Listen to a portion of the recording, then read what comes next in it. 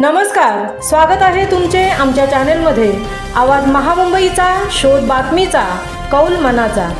चला तर मग आमचे चॅनेल शेअर करा, लाईक करा आणि सबस्क्राइब करा।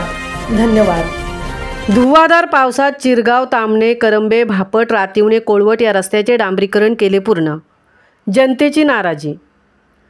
कोकणात 20 मे नंतर डांबरीकरणाचे रस्ते करू नये असे बांधकाम विभागाचे स्पष्ट संकेत असतानाही मुख्यमंत्री ग्रामसडक योजनेतील म्हसळा तालुक्यातील सावर, चिरगाव, बौद्धवाडी, चिरगाव, बागेचीवाडी, भेकरेकोंड, तामणे, करंबे, भापट, रातिवणे, कोळवट हा 8 किलोमीटरचा रस्ता मुख्यमंत्री ग्रामसडक योजना विभागाने रस्त्याचे डांबरीकरण धुव्वाधार पावसातच ठेकेदाराने पूर्ण केले।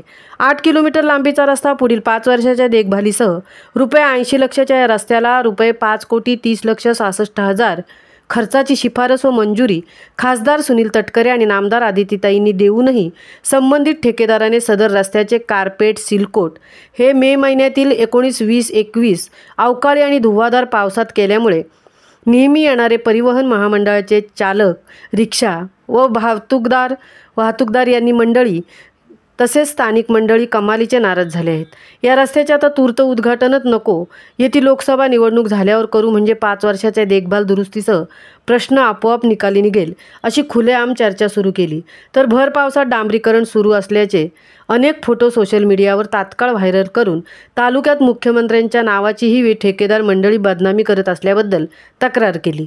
दिनांक 20 मे आणि 21 मेला अनुक्रमे 50 व 20 मिलीमीटर पावसाची नोंद झाल्याची माहिती आपत्ती विभागातून दिल्याचे सांगण्यात आले।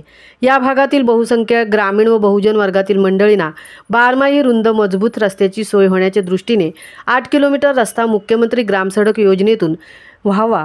रस्ता झाल्यानंतर स्थानिक मंडळींनी स्थलांतरे न करता या निसर्गरम्य परिसरातच फलोत्पादन, तृणधान्य, भाजीपाला, दुग्ध व्यवसाय यासह अन्य छोटे मोठे पर्यटनावर आधारित शेती व्यवसाय या भागात सुरू करावे अशा अपेक्षा खासदार तटकरे यांनी भूमिपूजनाच्या वेळी व्यक्त केल्या होत्या।